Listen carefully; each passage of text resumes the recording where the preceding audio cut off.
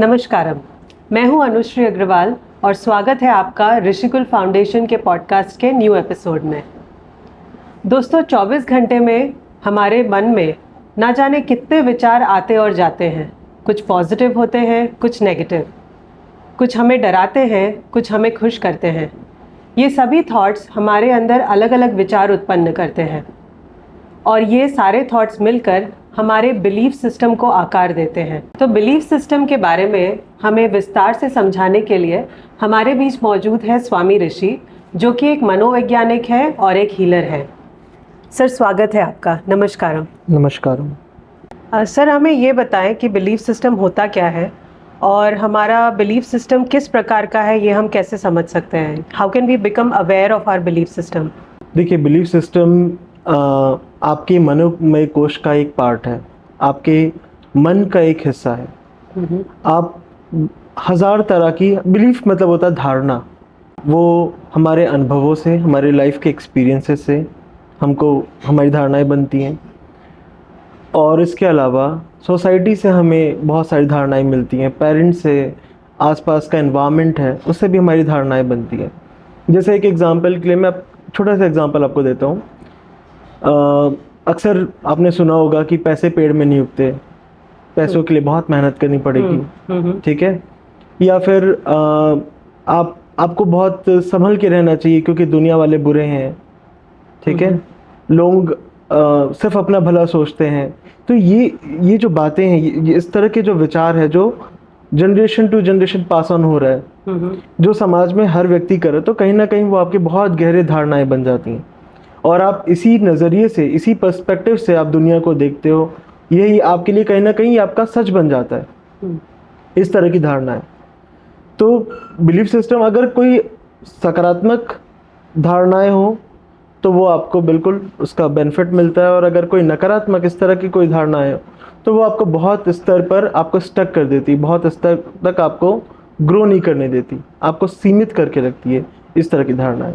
हम हर काम के लिए या जो भी हम डे टू लाइफ में जो जीते हैं, करते हैं, उन सब के पीछे कहीं ना कहीं एक मोटिवेशन होता है उस एक्शन को करने के लिए। मोटिव जो है आपका, और आपका जो मोटिव है ये कहीं ना कहीं ड्राइव होता है आपके बिलीफ सिस्टम से, बिलीफ से। जैसे मैंने आपको कहा कि आपके जीवन के बहुत बड़े बड़े चीज़ें, आपकी छोटी छोटी चीज़ें, कहीं सब कुछ आपकी धारणाओं से जुड़े हुए हैं। आप किन तरह की धारणाओं में रहते हैं, किन तरह की धारणाओं को आप पालते हैं अपने भीतर, उन्हीं से सारी चीज़ें गवर्न हो रही है। बेसिकली अगर एक नकारात्मक धारणा है, ठीक है, धारणा निर्मित कैसे हो रही है? नो डाउट वो आपकी किसी न किसी अनुभव से हो रही है। एक छोटे से उदाहरण के तौर पे मैं आपको बताता हूँ। जैसे मान लीजिए आप ट्रैवल कर रहे हैं, आप एक सिटी पहुंचे और you had very bad experience, आपके एक्सपीरियंसेस बहुत बुरे रहे उस जगह के, उस सिटी के। आपकी एक धारणा निर्मित हो जाएगी कि यहाँ इस शहर के लोग बुरे हैं, ऑल्दो शहर में अच्छे लोग भी हैं, लेकिन अगर ये धारणा आपकी बहुत कांस्टेंट और बहुत दृढ़ हो जाए, बहुत मजबूत हो जाए, फिर आप कभी भी चेंज नहीं कर सकते। और जब आप इसी धारणा में रहोगे, you will attract more incidents. आप ऐसे इंसिडेंट्स को और निमंत्रित करोगे जो आपके इस धारणा को और पुख्ता करेंगे कि यहाँ के लोग बुरे ही हैं। तो ये धारणा आपको कहीं से भी सर्व नहीं कर रही है। इसका ठीक है, आपने ऑल्दो एक्सपीरियंस किया है, कुछ एक्सपीरियंसेस रहे हैं, लेकिन आपको लॉन्ग टर्म में, आगे लाइफ में ये कभी भी आपको सर्व नहीं करेगा। तो हर एक धारणा का एक, समझिए, एक लाइफ टाइम भी होना चाहिए कि जब आप किसी धारणा को अगर आप बनाते हैं और फिर उस धारणा को फिर आपको छोड़ने की भी ज़रूरत है। जैसे अगर आपका स्कूल डेज चल रहा है, आप स्कूल में जब आप पढ़ रहे हो, तो कुछ तरह की धारणाएं बनाना उस समय ज़रूरी है। उस समय इस तरह की धारणाएं बनाना ज़रूरी है, जैसे हमको अपने डे टू डे लाइफ को बहुत डिसिप्लिन में, सब टाइम टू टाइम होना बहुत ज़रूरी है, रखना ज़रूरी है। फिर जब आप लाइफ के दूसरे पड़ाव में आ गए, जब आपके पास बहुत सारे टास्क हैं, तब टाइम से बहुत बंधा होकर जीना उतना संभव नहीं है। और अगर आपकी ये धारणा रही है कि सब चीज़ एकदम टाइम पे ही होना चाहिए, देन अब क्लैश होगा, क्योंकि अब आपकी लाइफ आपको अलाउ नहीं कर रही है, and now you have this believe कि ये सारी चीज़ें टाइम से ही होनी चाहिए, तो यहाँ पे आपको फ्रिक्शन होगा। तो जो धारणा आपको अब सर्व कर रही थी एक समय तक, अब वो धारणा आपको सर्व नहीं करेगी। शायद आपका प्रोफेशन बहुत रैंडम हो, क्योंकि हो सकता है कि आप ऐसे प्रोफेशन में हो जहाँ पे आपको किसी भी टाइम जो है अवेलेबल होना पड़ता हो, XYZ। तो ये जो धारणा थी जो आपको अब तक सर्व करी थी आपके स्कूल लाइफ में, अब आपके प्रोफेशनल लाइफ में वो आपको सर्व नहीं कर रही है। तो अब ज़रूरत है कि उस तरह की धारणाओं को ड्रॉप करके कुछ नया धारणा क्रिएट किया जाए, कुछ नया बिलीफ सिस्टम क्रिएट किया जाए जो आपको सर्व कर सके। सर, क्या हमारी पास्ट लाइफ के भी इंसिडेंट्स जो होते हैं वो हमारे बिलीफ सिस्टम बनने में कुछ रोल प्ले करते हैं? यस, बिल्कुल। सिर्फ पास्ट लाइफ ही नहीं, आपकी पेरेंट्स का बिलीफ भी आपके तक ट्रांसफर होता है, आपके एंसेस्टर्स के बिलीव्स भी आपके ट्रांसफर होते हैं। जैसे मान लीजिए कभी आपने नोटिस किया है कि दादाजी अगर कोई हरकत करते थे, कोई एक्शन करते थे, वो नेचुरली वो बच्चा भी वही एक्शंस कर रहा है। It could be anything, daily lifestyle में जो भी वो हाथ पैर एक तरीके से सोना, उठना, बैठना, तो ये चीजें भी उतर कर आती हैं आपके जनरेशन टू जनरेशन।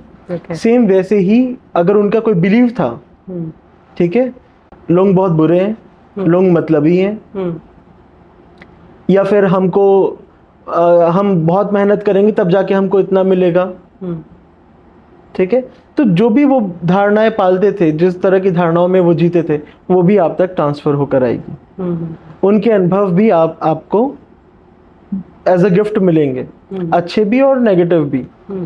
ठीक वैसे ही जो आपके पूर्व जन्म की भी धारणाएं रही हैं, क्योंकि जब पूर्व जन्म में भी आपने अपने शरीर में जो भी कुछ अनुभव किया है, सिर्फ शरीर वहाँ पे छूटता है, बाकी आपका मनोमय कोश, प्राणमय कोश, ज्ञानमय कोश, विज्ञानमय कोश, ये सब कुछ आपके साथ ट्रैवल करके आपकी जर्नी आगे बढ़ती है।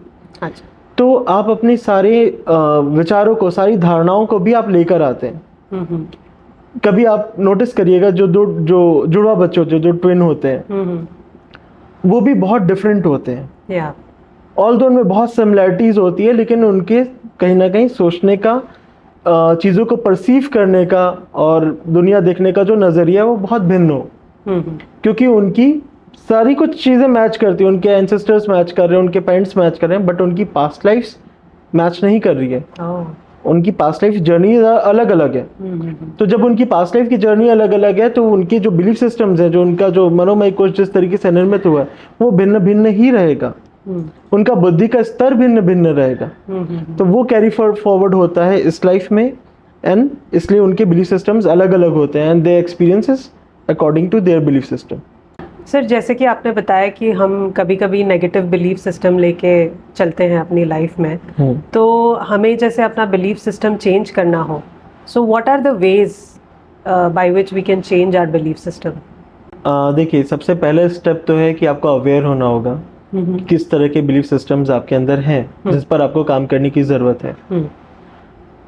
आप सेल्फ इंक्वायरी करके चेक कर सकते हैं, आप अपने थॉट्स पर एक नज़र रख के चेक कर सकते हैं कि किस तरह के थॉट से आप ग्रसित हैं, या फिर यूजुअली जो आप बचपन से सुनते आ रहे हैं अपने पेरेंट्स के द्वारा, उनको भी आप कहीं ना कहीं नोट कर लीजिए, बिकॉज वो कहीं ना कहीं आपके बिलीफ सिस्टम होंगे ही होंगे। तो इस तरह आप फिगर आउट कर सकते हैं कि आपके बिलीफ सिस्टम्स क्या क्या हैं, क्या क्या आपके डीप रूटेड बिलीफ हैं जो आप बहुत गहरे तल से मानते हैं, आप अनकॉन्शियसली मानते हैं। तो ये मत सोचिएगा कि मैं तो ऐसा सोचता नहीं हूँ। अच्छा, ठीक है, क्योंकि वो आपको पता नहीं है, ये आपके कॉन्शियस माइंड में नहीं है चीज़ें। अगर कोई भी एक चीज़ आपके पेरेंट्स बार बार रिपीटेशन कर रहे हैं, तो समझ जाओ कि वो आपके अनकॉन्शियस में है वो चीज़। भले आप उससे फाइट कर रहे हो, भले आप उससे लड़ रहे हो, जो आपका अनकॉन्शियस में ये सारी चीज़ें स्टोर्ड है, क्योंकि बचपन से आप जिन चीज़ों को सुनते आए हो, और स्पेशली जो खासकर आपने बचपन में जो चीज़ें सुनी हुई है, जब आपका मन बहुत साफ होता है और सारी चीज़ें आपके सीधा अनकॉन्शियस में, सीधा सबकॉन्शियस में उतर जाती हैं, तो इस सबकॉन्शियस में ये सारी चीज़ें स्टोर्ड है। ऑल्दो आप दूसरे इन्वायरमेंट में, आपने जैसे आपको स्कूल का इन्वायरमेंट मिलता है, वहाँ पे भी आपकी बहुत सारी चीज़ें चेंज हुई, आप इवॉल्व हुए, आप कॉलेज गए, आप कॉलेज में बहुत सारी चीज़ें आपकी चेंज हुई, बट जो डीप रूटेड है, जो चाइल्डहुड में आपके ऊपर एक डीप इम्प्रेशन पड़ा हुआ है, वो इतने जल्दी मूव नहीं होगा। उसके लिए आपको थोड़ी सी एफर्ट करनी पड़ेंगे। तो जो अपने बचपन में सुनते आए हैं कंटिन्यूसली, उस चीज़ पर आपको कहीं ना कहीं काम करना ही पड़ेगा। तो इस तरह फिगर आउट कर लीजिए आपकी किस तरह के बिलीफ सिस्टम्स हैं, और फिर उसके बाद उसके ठीक अपोजिट जो भी नेगेटिव बिलीफ है, उसका ठीक अपोजिट पॉजिटिव अफर्मेशन पर आपको काम करना होगा। एक पॉजिटिव थॉट जिसको आप बार बार अफर्म कीजिए, इतने बार अफर्म कीजिए कि वो आपके कॉन्शियस माइंड से अनकॉन्शियस में, आपके सबकॉन्शियस में वो चीज़ उतर जाए। So this is the process. इसी तरीके से आप अपनी धारणाओं को बदल सकते हैं। सर, अभी आपने एक शब्द कहा अफर्मेशन। जी, ये अफर्मेशन क्या चीज़ है और हम कैसे इसे प्रैक्टिस कर सकते हैं? देखिए, अफर्मेशन एक पॉजिटिव थॉट होता है, ठीक है, जो प्रेजेंट टेंस में हो, ठीक है। We don't affirm for future. जो प्रेजेंट टेंस में हो उसे हम बार बार रिपीटेशन करेंगे।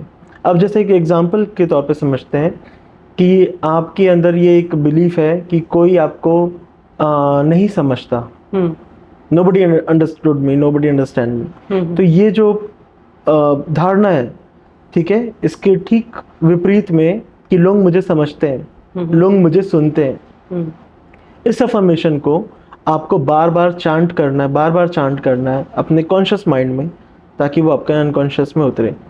अब ये जो बिलीफ है आपका कि लोग मुझे नहीं समझते, ये भले आप कॉन्शियसली नहीं सोच रहे हो, but when you dig deeper within yourself, then you'll find कि हाँ, अगर ये बिलीफ है इस तरह का, तो ये हो सकता है आपके पेरेंट्स से आया हो सकता है आपके पास्ट लाइफ से आया हो सकता है आपके एंसेस्टर से आया हो, लेकिन आपको काम करना पड़ेगा, इससे इवॉल्व होना पड़ेगा। तो इस अफर्मेशन को आप इतने बार रिपीट करिए, इतने बार रिपीट करिए, इतने बार रिपीट करिए कि वो आपके अनकॉन्शियस में वो रिप्लेस हो, वो अफर्मेशन आपके अनकॉन्शियस में उतरकर वो आपका बिलीफ बने। और अगर आप इस तरह की अफर्मेशन रखेंगे तो आप इस तरह का बिलीफ रखेंगे अगर आप कि लोग बुरे हैं या मुझे नहीं समझते हैं, तो आप इसी तरह का एक्सपीरियंस को आप हमेशा पाओगे। आप हमेशा पाओगे कि आपको कोई नहीं समझ रहा है, और हमेशा आप पाओगे कि आपके साथ ऐसा ही होता जा रहा है। But once you start changing, अगर आप कांस्टेंट प्रैक्टिस कर रहे हो, यू विल फाइंड कि ये चीज़ें वर्क कर रही हैं। जो आप कहना चाह रहे हैं, जो आप समझाना चाह रहे हैं, वो लोग तुरंत कैच कर रहे हैं, लोग आपको समझ रहे हैं, आपकी फीलिंग्स को समझ रहे हैं, आपके इमोशंस को समझ रहे हैं, आपकी बातों को समझ रहे हैं। It could be anything. अब एक चीज़ समझने की ज़रूरत है कि आप इसको इस तरीके से मत लीजिए कि हम अपने पुराने लोगों का या एंसेस्टर्स का या हम अपने पास्ट लाइफ का ये सब कुछ जो कलेक्ट किए हैं, तो कहीं ना कहीं वो रिस्पॉन्सिबल हैं, वो जिम्मेदार हैं हमारे नेगेटिव एस्पेक्ट के लिए, हमारे नेगेटिव बिलीव्स के लिए। नहीं, ऐसा बिल्कुल भी नहीं है, क्योंकि उनकी अच्छी भी चीज़ें हमारे साथ आ रही हैं। बेसिकली हम इवॉल्व इसी तरीके से होते हैं, क्योंकि जो जर्नी उन्होंने जी वो हमको उन्होंने पास ऑन की। सो अब हम एक स्टेप आगे हैं, उनकी जर्नी को हम साथ में कैरी कर रहे हैं। That's why we are evolving. कुछ नेगेटिव भी साथ में फिर आ जाता है जी, और हम इसे बिल्कुल चेंज कर सकते हैं। सर, क्या हमारे बिलीफ सिस्टम का हमारे हेल्थ पर भी कुछ असर पड़ता है?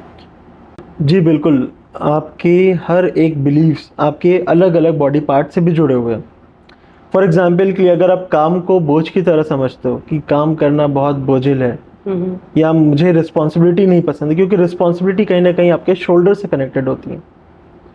तो अगर आप रिस्पॉन्सिबिलिटी नहीं उठाना चाहते हैं, या फिर आप रिस्पॉन्सिबिलिटी उठाने से डरते हैं, या फिर आप रिस्पॉन्सिबिलिटीज़ को बोझ समझते हैं, तो यू विल फील कि आपके बॉडी में इधर पे शोल्डर्स में आपको प्रॉब्लम्स होना शुरू हो जाएंगी।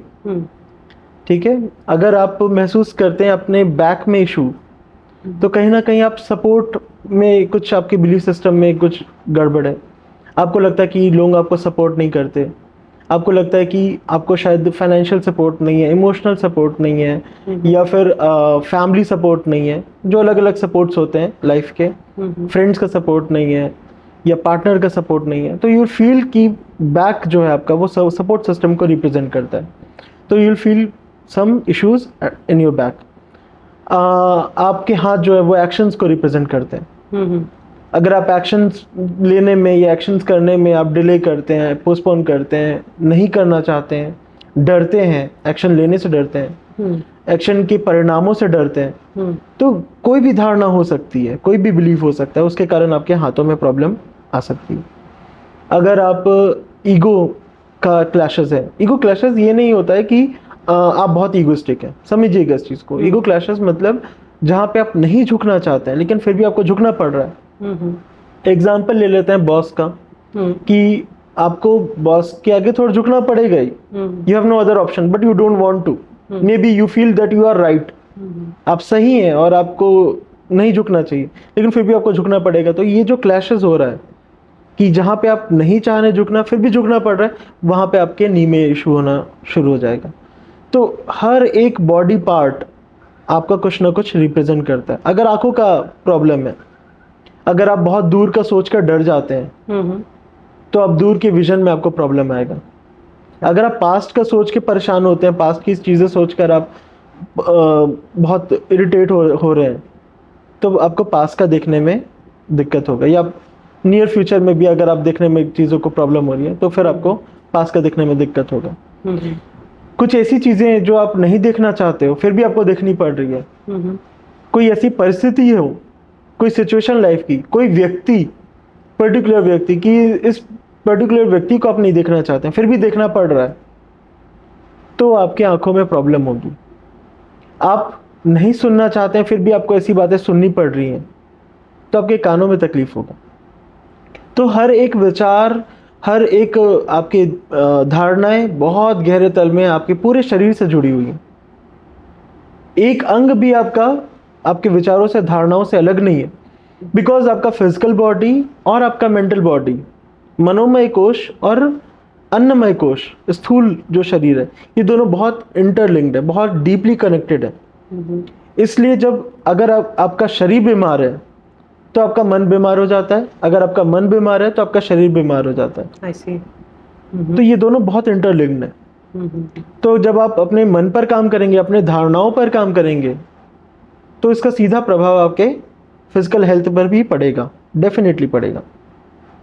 आपने कभी नोटिस किया होगा कि जब आप थक जाते हो फिजिकली तब आप मेंटली भी थकते हो, और आपने कुछ भी नहीं किया, कोई एक्शन नहीं किया, फिजिकल एक्शन कुछ किया नहीं है, लेकिन मेंटली अब बहुत ज़्यादा आप सोच लिए, बहुत ज़्यादा एग्जॉस्ट हो गए, तो आपका फिजिकल जो पावर है, स्टेमिना है, वो भी खत्म हो जाएगा।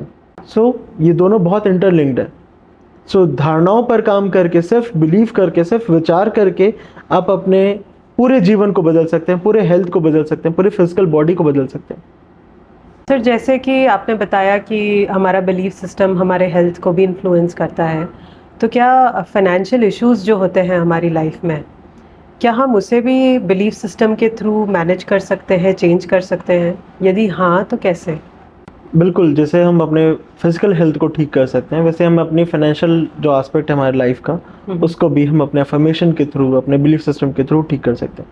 तो सबसे पहले हमको फिगर आउट करना पड़ेगा कि मनी को लेकर हमारी क्या बिलीव है। जैसे एक जनरली हमने सुना है कि पैसे पेड़ में लगे हैं, ठीक है, और हमने ये भी, इस तरह के बिलीव्स भी होते हैं लोगों के कि अगर हम स्पिरिचुअल हो रहे हैं तो हमको पैसे की तरफ नहीं जाना चाहिए, या फिर पैसा सब पापों की जड़ है, ठीक है, पैसों से बुराइयां होती है, या बुरे लोगों के पास पैसा होता है, या पैसा आपको बुरा बना देता है, ठीक है, आप इगोइस्टिक हो जाते हैं, अगर आपके पास पैसा है तो आप घमंडी हो जाते हैं। तो ये सब भी नेगेटिव एस्पेक्ट्स, इस तरह की भी नेगेटिव बिलीव्स आप अपने अंदर कैरी होकर चलते हैं इसको लेकर, बल्कि ऐसा कुछ भी नहीं है। आप मनी से भी आप अच्छे काम कर सकते हो, मनी से ही आप लोगों की हेल्प कर सकते हो, बहुत सारा जो चीज़ें हैं आप अपने अभी खुद का बेनिफिशियल कर सकते हैं, फैमिली कर सकते हैं, सोसाइटी का कर सकते हैं। तो मनी को जब आप हील करेंगे, मनी को आपको चेंज करना है, थॉट को, बिलीफ को, तो पहले नेगेटिव जो आपके बिलीव्स हैं, जो आपको नुकसान पहुंचा रहे हैं, जो आपको स्टक कर रहे हैं, रोक रहे हैं, उनको बाहर निकालना होगा, और पॉजिटिव अफर्मेशंस आपको क्रिएट करना होगा। साथ ही साथ में नए कुछ ऐसे बिलीफ सिस्टम आपको क्रिएट करने होंगे जो आपको बेनिफिशियल है। फॉर एग्जाम्पल, आप ये मैनिफेस्ट कर सकते हो, ये इस तरह के अफर्मेशंस कर सकते हो कि you have multiple sources of money. ठीक है, आप ये अफर्मेशन कर सकते हो कि मनी बहुत इजीली आपके थ्रू आपके पास आ रहा है और इजीली फ्लो कर रहा है। जब आप पुराने को अपने हटा दिया, क्लीन कर दिया है, तब आपको कुछ नए अपने भी बनाने हैं, अफर्मेशंस लाने हैं। जैसे आप ये क्रिएट कर सकते हो, ये मैनिफेस्ट कर सकते हो, ये अफर्म कर सकते हो कि आपके पास मल्टीपल सोर्सेज हैं। आप ये अफर्म कर सकते हो कि आपके पास अबंडेंस है। आप ये मैनिफेस्ट कर सकते हो कि आप कम काम करके आप बहुत ज़्यादा क्रिएट कर रहे हो मनी को। तो इस तरह के नए नए अफर्मेशंस, नए नए बिलीफ सिस्टम्स भी आप खुद ही क्रिएट कर सकते हैं, जो आपको सर्व कर रहा हो, जो आपके लिए बेनिफिशियल हो। सर, ये जो अफर्मेशंस आप बता रहे हैं कि अफर्मेशंस को रिपीट करने से हम अपने बहुत सारे इश्यूज़ को सॉल्व कर सकते हैं, बिलीफ सिस्टम को चेंज कर सकते हैं, तो हम ये अफर्मेशंस कैसे बनाएं? How can we frame an affirmation? देखिए, अफर्मेशन बनाने के कुछ रूल्स हैं, गोल्डन रूल्स हैं, वो आपको फॉलो करने होंगे। पहला कि एक सेंटेंस बनाए जो प्रेजेंट टेंस में हो, जो पॉजिटिव हो और प्रेजेंट हो। हमको, जैसे हम एग्जाम्पल के लिए हम ये नहीं बोलते कि आई वॉन्ट, ठीक है, आपको अफर्म करना है कि आई हैव, जो भी आप अफर्म कर रहे हो। दूसरा कि वो हमेशा पॉजिटिव होना चाहिए। पॉजिटिव का मतलब है कि नहीं जैसा शब्द उसमें नहीं इंक्लूड हो। ठीक है, हम जैसे कई बार होता है ना, कैन नॉट, नॉट, ये सब जो चीजें हैं, ये सब हमको नहीं लगाना है, क्योंकि वो आपका दिमाग नहीं समझता है। आपका सबकॉन्शियस माइंड उस चीज को नहीं पकड़ पाता है। इफ फॉर एग्जाम्पल, अगर आप ये बोलते हैं कि मुझे ये नहीं चाहिए, तो वो नहीं को नहीं समझ रहा, आप जिसकी बात कर रहे हो वो वही आएगा आपके पास। सो नहीं शब्द वाले सेंटेंस ना बनाए, आप वो बनाए जो आप चाहते हैं। तीसरा कि वो शॉर्ट में हो। बहुत लंबे सेंटेंस हो जाएंगे, अगर एक ही सेंटेंस अगर बहुत लंबा हो जाएगा तो वो टाइम लेगा, बहुत लंबा टाइम लेगा आपके अनकॉन्शियस में उतरने के लिए। तो it should be very short. And fourth कि आपका जो मदर टंग है, जो लैंग्वेज आप बचपन से आप सीखा, जो फर्स्ट लैंग्वेज है आपका, उसमें आपको अफर्म करना चाहिए। क्योंकि वो आपके अनकॉन्शियस से बहुत कनेक्टेड होता है। आपका सबकॉन्शियस उससे बहुत जल्दी रिलेट करता है। तो वो बहुत इजी होता है उस अफर्मेशन को आपके अवचेतन मन में, आपके सबकॉन्शियस माइंड में डालने में। सर, आजकल न्यूरो लिंग्विस्टिक प्रोग्राम के बारे में भी हम काफ़ी सुनते हैं, तो ये प्रोग्राम हमें कैसे हमारे बिलीफ सिस्टम को चेंज करने में मदद करता है? देखिए, ये जो NLP है, it's a kind of psychotherapy only. और बिल्कुल ये भी आपके थॉट पैटर्न्स को चेंज करने में, अपने बिहेवियर्स को चेंज करने में, बेसिकली ओवरऑल आपके कहीं ना कहीं अपने माइंड को कंट्रोल करने में और इसे दूसरी नई पॉजिटिव चीज़ों से इन्फ्लुएंस करने में आपको बहुत मदद करता है। तो बिल्कुल ये भी यूज़ किया जा सकता है, ये थेरेपी भी अपने बिलीफ सिस्टम को चेंज करने के लिए। थैंक यू सर, आपने अपना इतना कीमती समय हमें दिया और हमें बिलीफ सिस्टम के बारे में इतनी सारी जानकारी दी। नमस्कारम। नमस्कार। तो दोस्तों, आज हमने देखा कि कैसे हमारा बिलीफ सिस्टम हमारी ज़िंदगी के हर पहलू को इन्फ्लुएंस करता है। तो यदि आप अपने ज़िंदगी में कुछ भी बदलाव लाना चाहते हैं तो अपने बिलीफ सिस्टम पर वर्क करें। मैं आशा करती हूँ कि आपको ये वीडियो उसमें मददगार साबित होगा। Thank you so much. This is Anushree Agarwal signing off from you now. नमस्कारम।